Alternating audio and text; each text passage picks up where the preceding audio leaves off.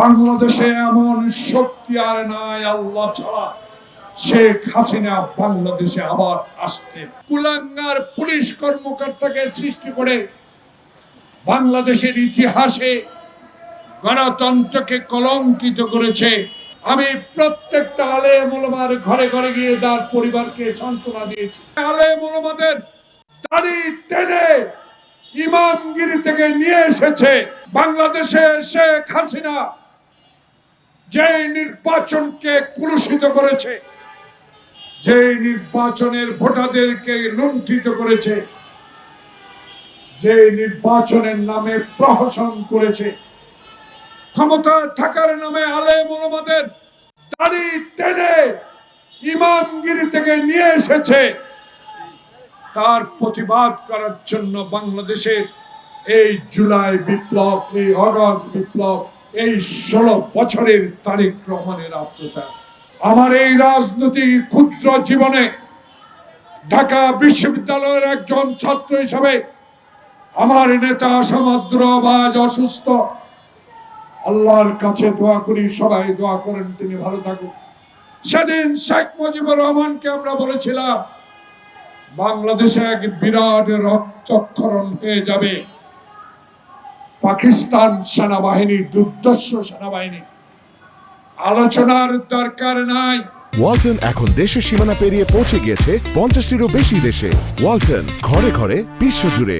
যে দলটাকে ভালোবাসতাম সেই দল যখন বাংলাদেশের স্বাধীনতার পক্ষে নাই, যেই দল হিন্দুস্তানের সাথে আঘাত করে বাংলাদেশের গণতন্ত্রকে হত্যা করতে চায়, সেই দলকে আমরা করতে পারি না। তাই সেদিন শেখ মুজিব বাংলাদেশের গণতন্ত্রকে 1 মিনিটে হত্যা করেছে।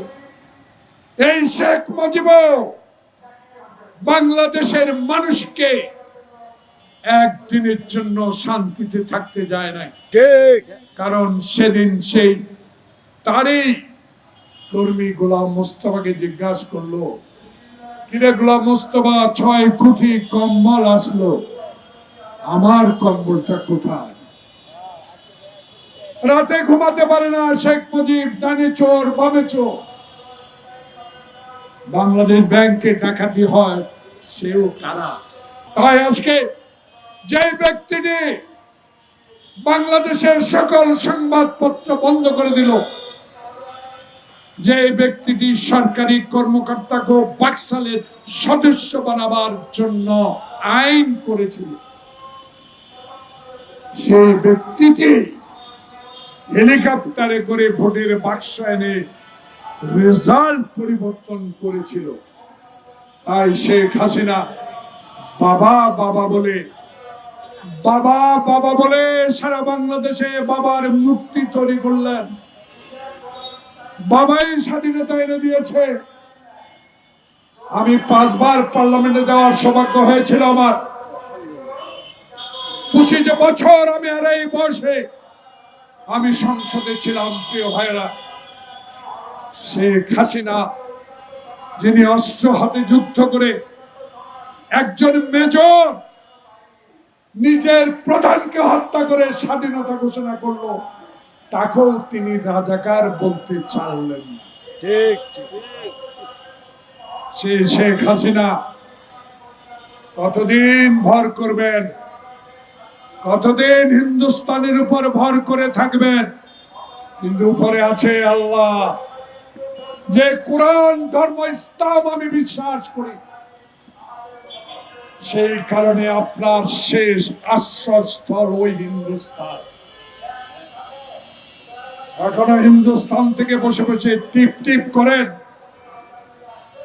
এখনো আপনার ব্যবহার, এখনো আপনার কথায় মনে হয় বাংলাদেশে আপনি আসবেন। এই পবিত্র জাতীয় প্রেস ক্লাবের সামনে যে সাংবাদিকরা কথা বলতে পারেন নাই, তাদের সামনেই জোহরের নামাজের আগে কথা দিয়ে গেলাম, বাংলাদেশে এমন শক্তি আর নাই আল্লাহ ছাড়া শেখ হাসিনা বাংলাদেশে আবার আসতেন। আপনাদের সাথে 2001 সালে পার্লামেন্টে আমিও ছিলাম, সরকারেও ছিল। আমি বুঝি না ৫৫ বছর আগের ঘটনা। নিশ্চয়ই তারা স্বাধীনতার পর জন্মগ্রহণ করেছেন, তারা এখন বুঝতে পেরেছেন। আমি ওই দিকে না গিয়ে শুধু বলতে চাই, আপনারা আওয়ামী লীগ কর্তৃক নির্যাতিত আপনাদের নেতাদেরকে ফাঁসির কাস্টে নিয়েছে আছে না। হে জাতীয় পার্টি, এই কাদের সাহেব, এরশাদ সাহেব, আল্লাহ পাক আপনাকে বেশ নসিব করুন। ক্যান্টনমেন্টের হাসপাতালে শুয়ে দস্তখত না করে এমপি হয়েছে। ওই সুজাতা সিং হাসপাতালে গিয়ে হাসিনার পক্ষে নির্বাচন করার জন্য সেদিন চাপ প্রয়োগ করেছে। সেই জাতীয় পার্টি এখন অস্তিত্ব নাই আপনাদের। জামাতের বন্ধুরা, একটা তারে বিদ্যুৎ সঞ্চালন হয়, সেখানে পজিটিভ নেগেটিভ থাকে, তার কিন্তু আসুন না ভাইয়ে ভাইয়ে রাস্তায় আর রক্তক্ষরণের প্রয়োজন নাই। এখন গণতান্ত্রিক দেশ, ইউনুসের পরিচালিত দেশ বাংলাদেশে যদি আমরা আপনারা সকলে রাজনৈতিক দল যারা হাসিনার বিরুদ্ধে লড়াই করেছে, আমরা যদি এক থাকি, বাংলাদেশ ইনশাআল্লাহ আর হাসিনা আসবে না। বাংলাদেশে আমার ভোট আমি দিব, মৃত ব্যক্তি আর কোনোদিনও ভোট দিবে না। আসুন এই ওলামা দলের এই প্রতিবাদ সভা থেকে